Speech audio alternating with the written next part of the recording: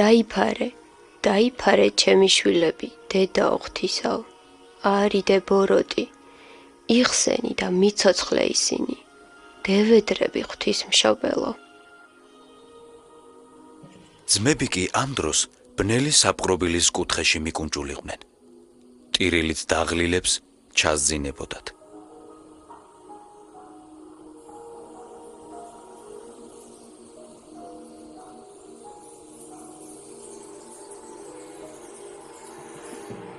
დედიკო, ნუ გეშინია ჩემო საყვარელო, აბა შენი ძამიკო გააღვიძე და უკან გამომყევით. გაიღვიძე, ჩქარა ადექი, ჩვენი დედიკო აქ არის. დედიკო, ჩუმად, თორემ ვერ გავალთ, დედიკო მითხრა გამომყევითო. ძმები ფეხაკრებით გახვნენ წინ მიმავალ დედას.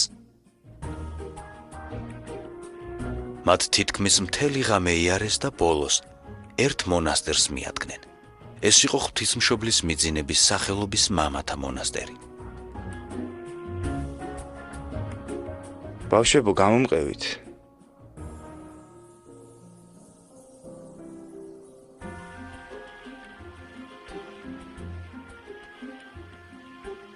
ძმები მონასტერში მორჩილებად მიიღეს და ისინი დაუღალავად შრომობდნენ.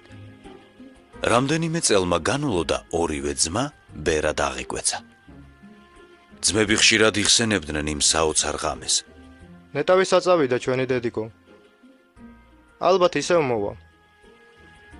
იმ საპყრობილეში შემოაღწია და აქ როგორ ვერ მოვა. მაგრამ ძმებმა არ იცოდნენ, რომ ხსნელი მათი დედა კი არ იყო, არამედ თავად ყოვლადწმინდა ღვთისმშობელი. ევდოკია მთელი ამ ხნის განმავლობაში ეძებდა თავის შვილებს.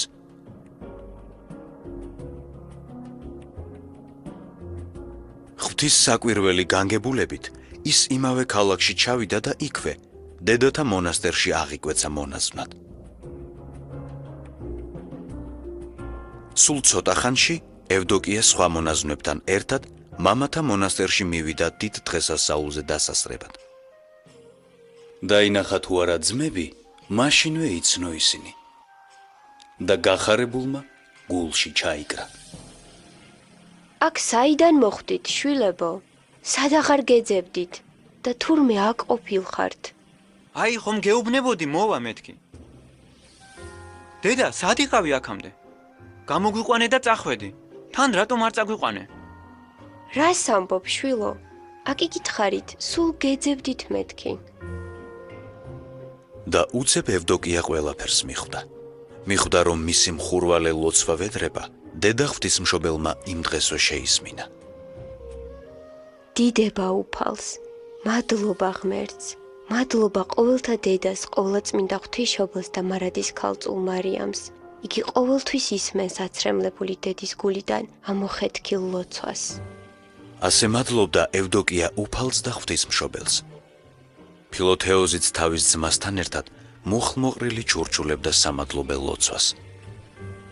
დედისა და შვილების ეს უდიდესი სიხარული მონასტრის მთელმა ძმობამ გაიზიარა.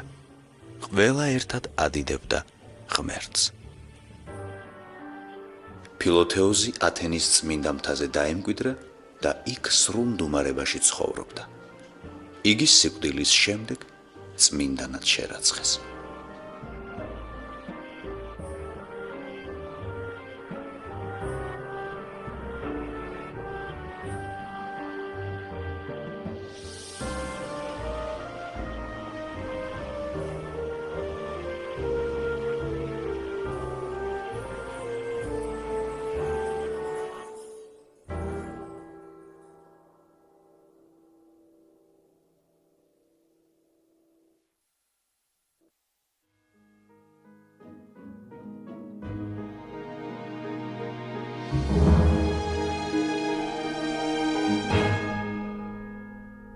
ქრისტეს შობიდან მე-9 საუკუნეში იმპერატორ თეოფილეს მეფობის დროს ძვინვარებდა პატიოსანი ხატების სასტიკი დევნა. ზვერავები ეძიებდნენ ფარულად შენახულ ხატებს და მეფის მკაცრი ბრძანების თანახმად ანადგურებდნენ მათ.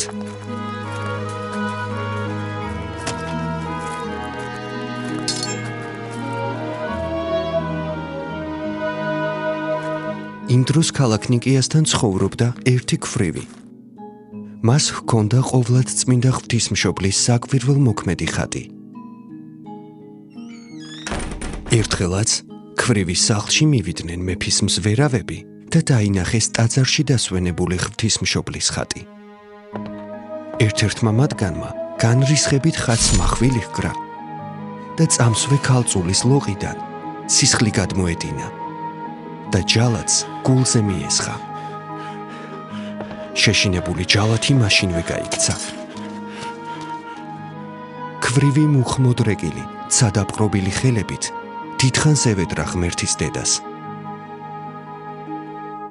და ბოლოს თავის ვაჟთან ერთად დიდი მოკრძალებით ხატი ზღვის ნაპირას წააბრძანა.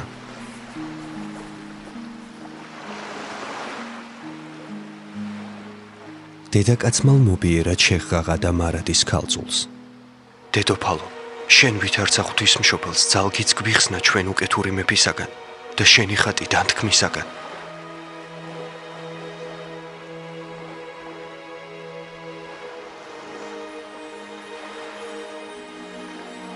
ხატი ზიაღიმართა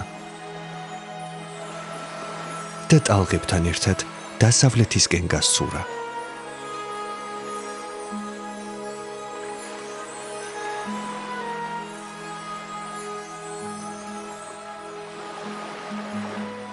ამ სასწაულის ხილვით ნუგეშის ცემულმა დედაკაცმა მადლობა შესწირა უფალს და მის ყოვლად უბიწო დედას.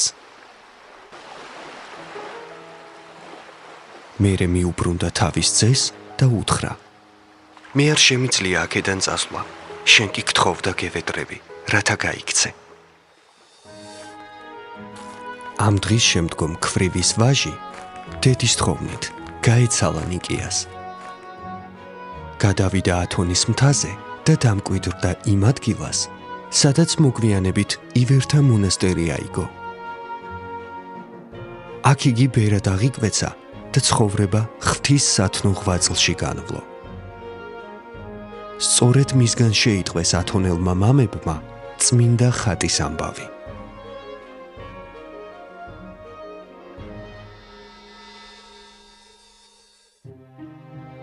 ორასი წლის შემდეგ დიდ მარხვაში ივერთა მონასტრის ბერებმა იხილეს ზღვაზე აღმართული ნათლის სვეტი.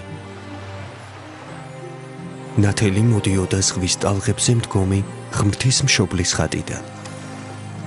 მამები შეეცადნენ ნავით მიახლოებოდნენ ხატს, მაგრამ სიწმინდე განეშორა მათ.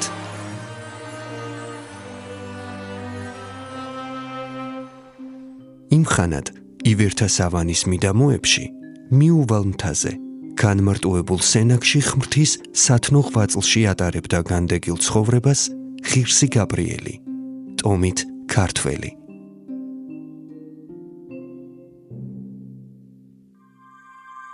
ზეციური ნათლით შემოსილი ღვთისმშობელი ძილში გამოეცხადა ღირს გაბრიელს და უთხრა: აუწყე წინამძღვარსა და ძმებს, რომ ნებავს მივანიჭო მათ ჩემი ხატის შემწედ და მფარველად. ნიშნად ამისა შემოდი ზღვაში. რწმენით გაიარე მის ტალღებზე და მაშინ ყველა შეიტყობს თქვენი სავანისადმი ჩემს სიყვარულსა და წყალობას.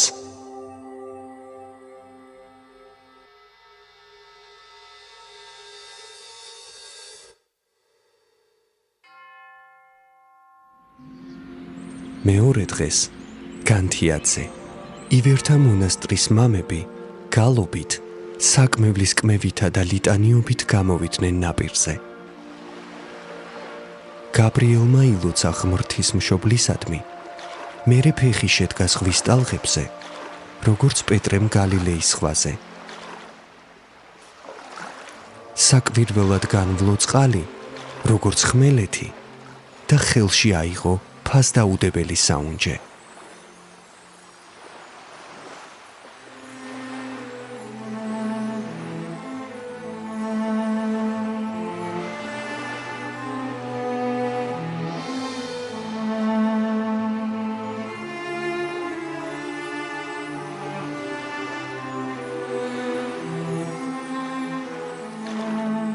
გაბრიელი მოაბრძანებდა ღმრთის დედის საკვირველთმოქმედ ხატს, რომლის მადლი უხილავად იჭერდა მას წყლის ზედაპირზე. იმ ადგილას, სადაც წმინდა გაბრიელმა ხატი გამოასვენა, ამოსჩქება საკვირველთმოქმედმა წყარომ.